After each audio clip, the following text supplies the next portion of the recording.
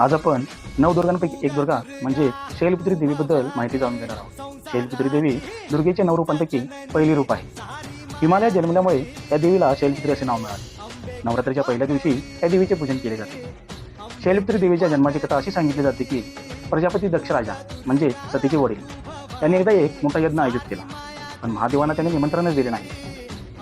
पण सतीला म्हणजे महादेवांच्या पहिल्या पत्नीला त्या यज्ञाची माहिती मिळताच त्यांना तिथे जायची इच्छा निर्माण होते.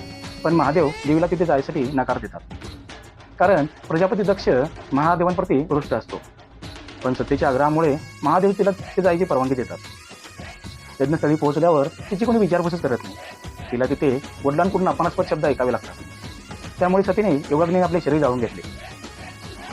त्यामुळे महादेव सतीच्या अपमानावर क्रोधित होऊन यज्ञाचा विध्वंस करतात आणि पुढील जन्मात सतीने शैलपुत्री म्हणून जन्म घेतला. शैलपुत्री म्हणजे हिमालयाची कन्या.